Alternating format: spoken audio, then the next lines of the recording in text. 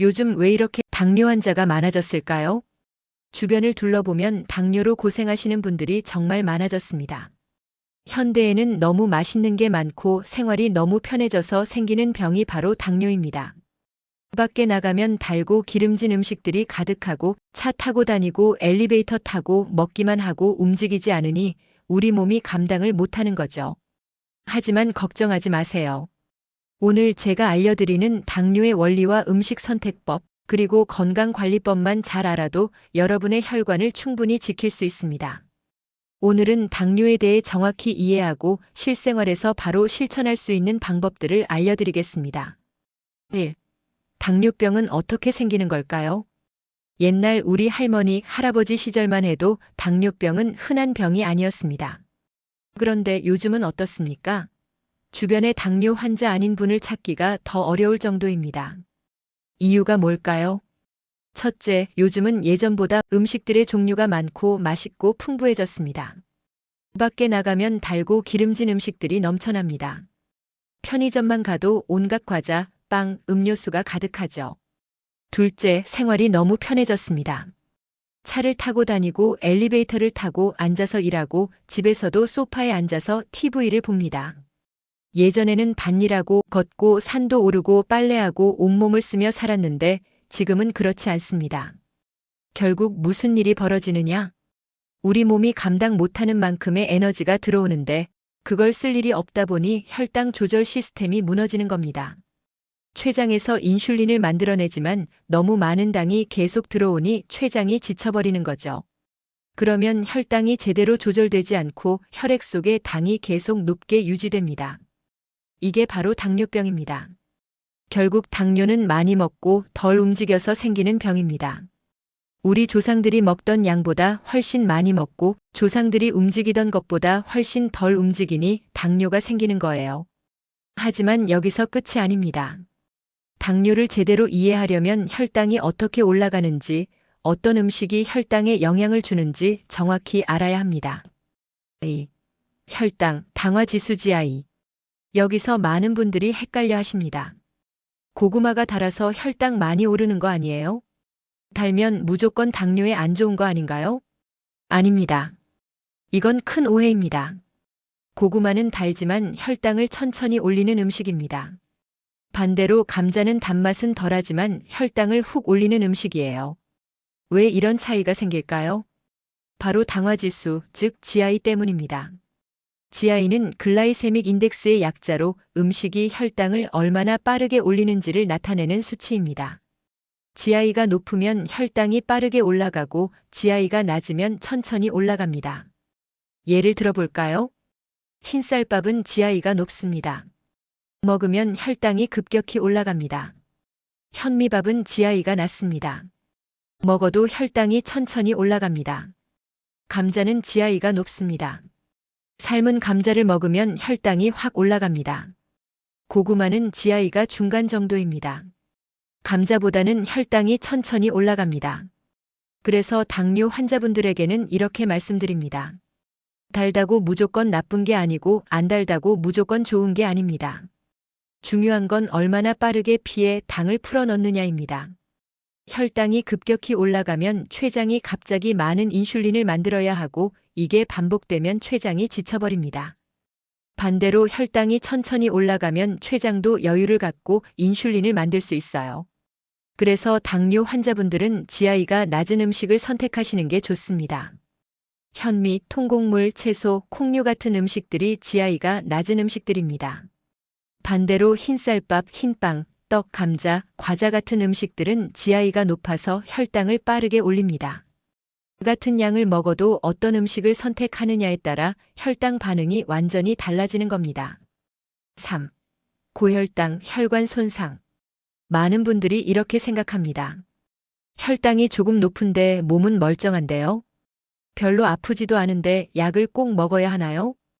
여기서 오해가 생깁니다. 고혈당이 하루 이틀 올랐다고 사람이 바로 쓰러지거나 죽지는 않습니다. 혈당이 200, 300이 되어도 당장은 큰 증상이 없을 수도 있어요. 그런데 진짜 무서운 건 따로 있습니다.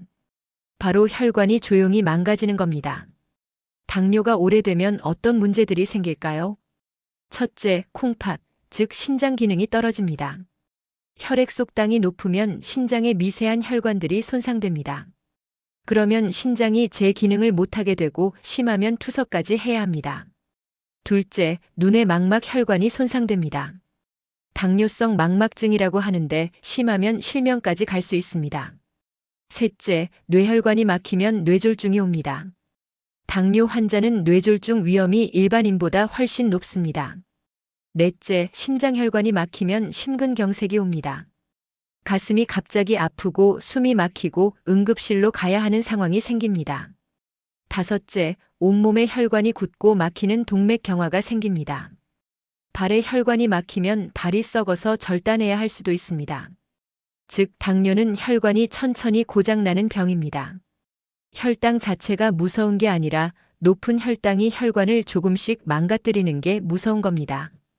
그래서 당뇨 환자분들은 혈당 관리를 철저히 하셔야 합니다. 지금 당장은 괜찮아 하다가도 10년, 20년 후를 위해서 관리하는 겁니다. 혈관은 한번 망가지면 다시 되돌리기 어렵습니다. 그래서 지금부터라도 혈당을 잘 관리해서 혈관을 지키셔야 합니다. 4. 과일, 당뇨에 먹어도 될까? 당뇨 있는데 과일 먹어도 되나요? 이 질문 정말 많이 받습니다. 많은 분들이 과일은 달기 때문에 당뇨에 무조건 안 좋다고 생각하시는데 이것도 오해입니다. 과일에도 종류가 있고 어떤 과일을 얼마나 먹느냐가 중요합니다. 먼저 알아야 할 게 있습니다. 과일의 단맛을 내는 당은 크게 두 가지입니다. 하나는 포도당이고 다른 하나는 과당입니다. 포도당은 혈당을 빠르게 올립니다. 과당은 혈당을 천천히 올립니다.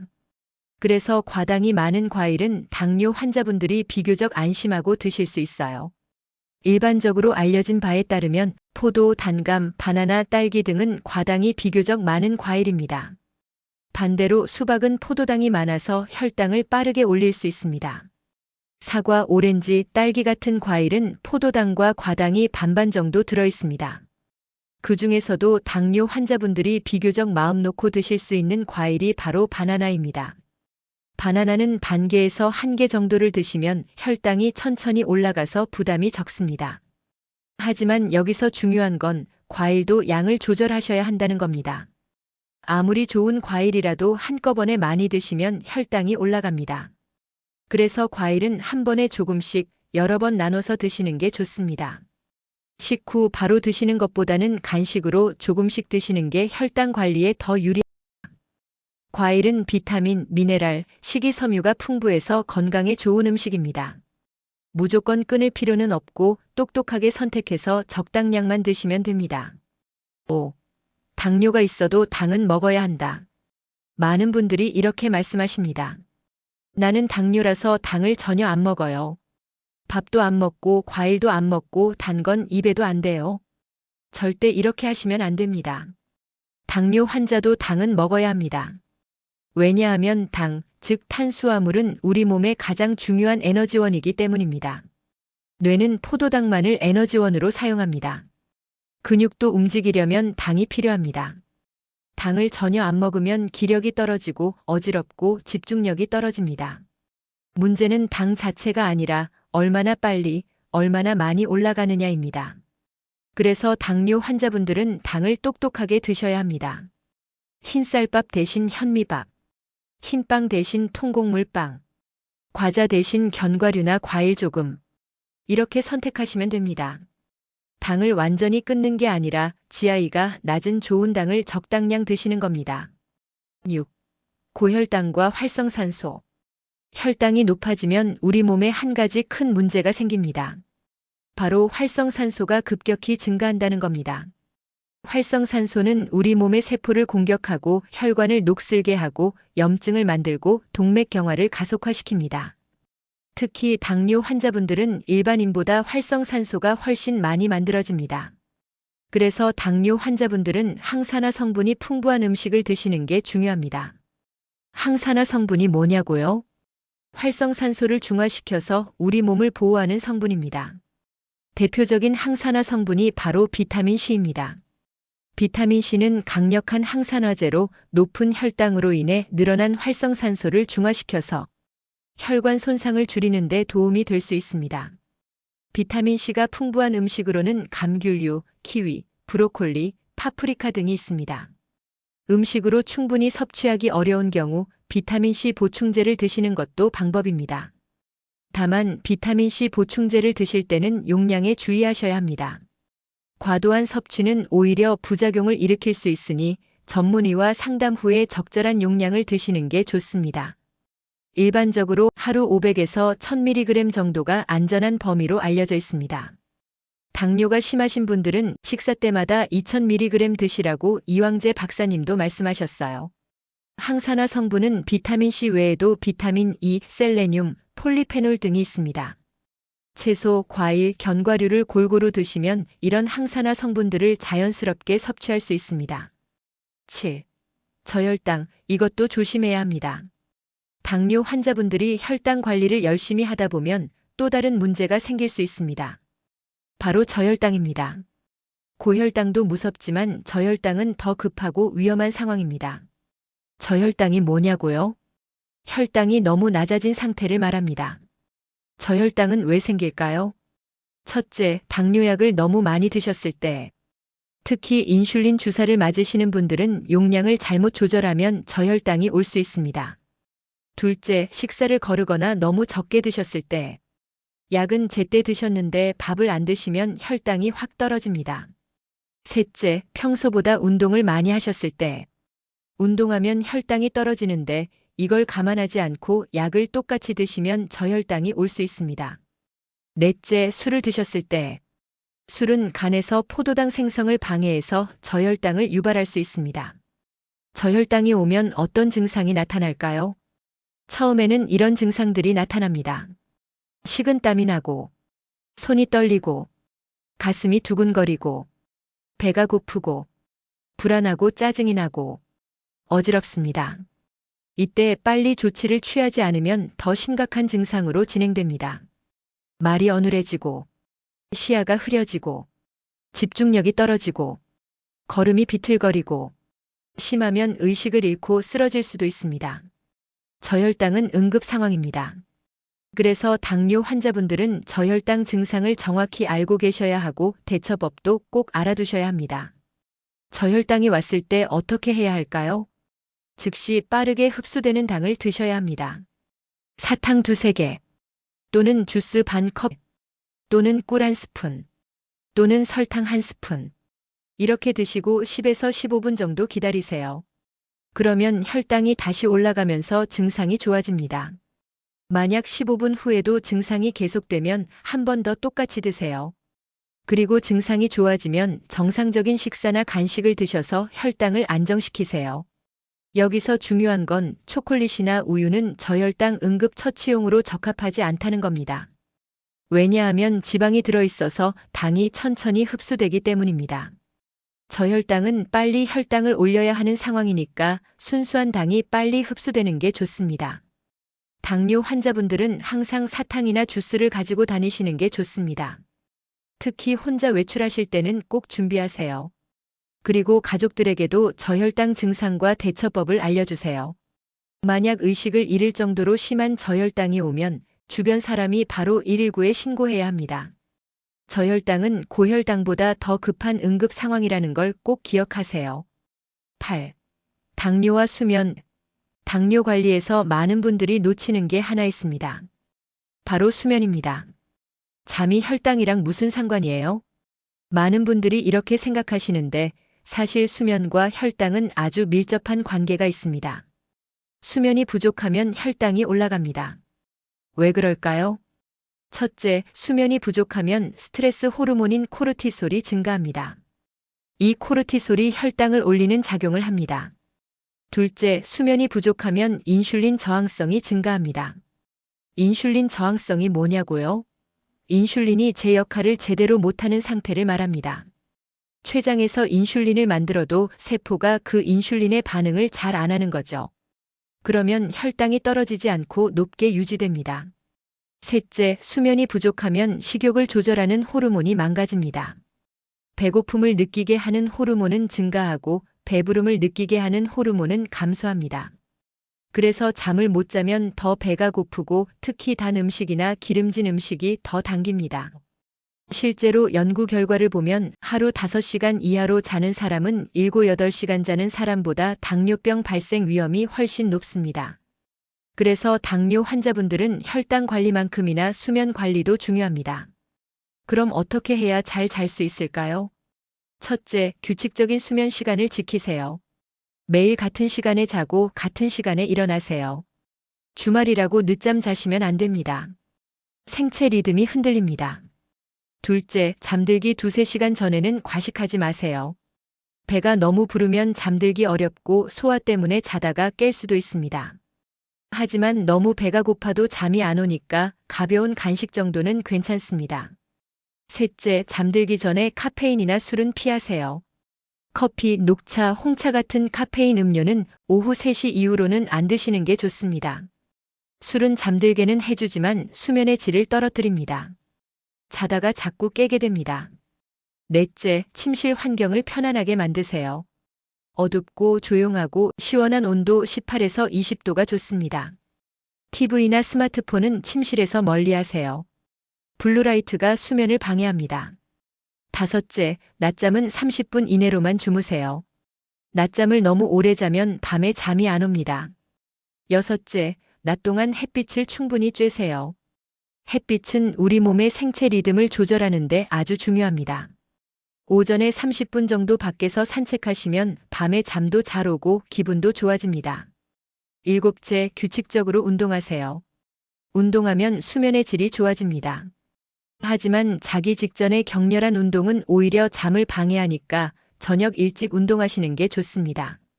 당뇨 환자분들 중에 밤에 자다가 자주 깨는 분들이 많으십니다. 화장실 가느라 깨기도 하고 목이 말라서 깨기도 하고 저혈당 때문에 깨기도 합니다. 이런 분들은 특히 수면의 질이 떨어지기 쉽습니다. 그래서 혈당을 잘 조절하는 게 숙면에도 도움이 됩니다. 혈당이 안정되면 밤에 깨는 횟수도 줄어듭니다. 수면이 부족하면 혈당이 올라가고 혈당이 높으면 잠을 못 자는 악순환이 생깁니다. 이 악순환을 끊으려면 혈당 관리와 수면 관리를 함께 하셔야 합니다.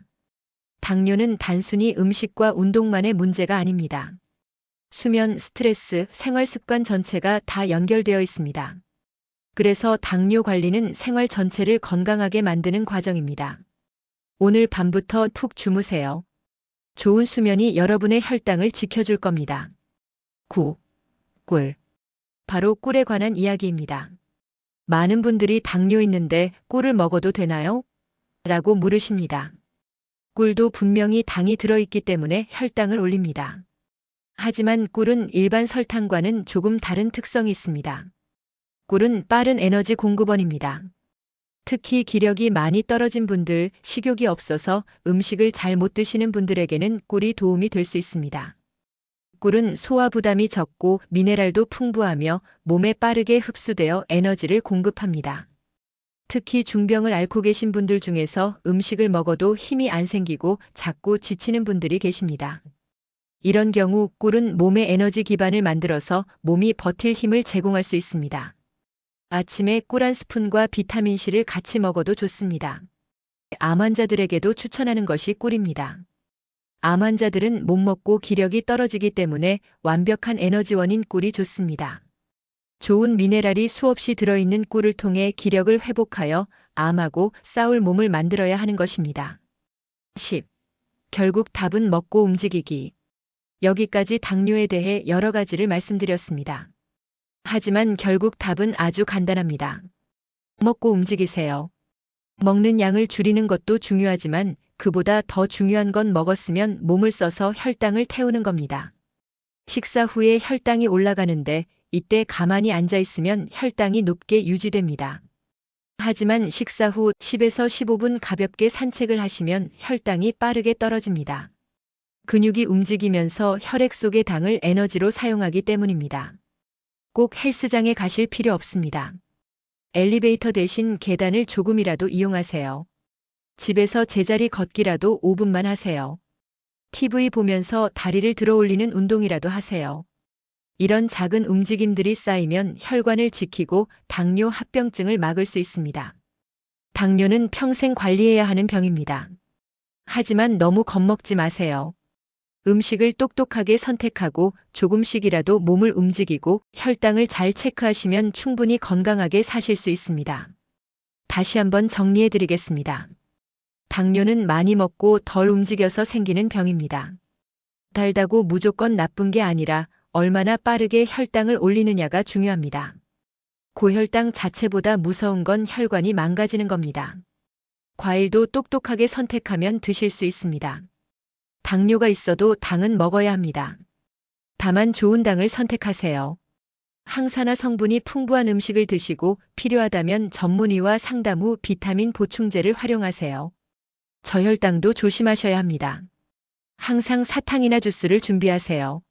수면도 혈당 관리만큼 중요합니다. 하루 7, 8시간 푹 주무세요.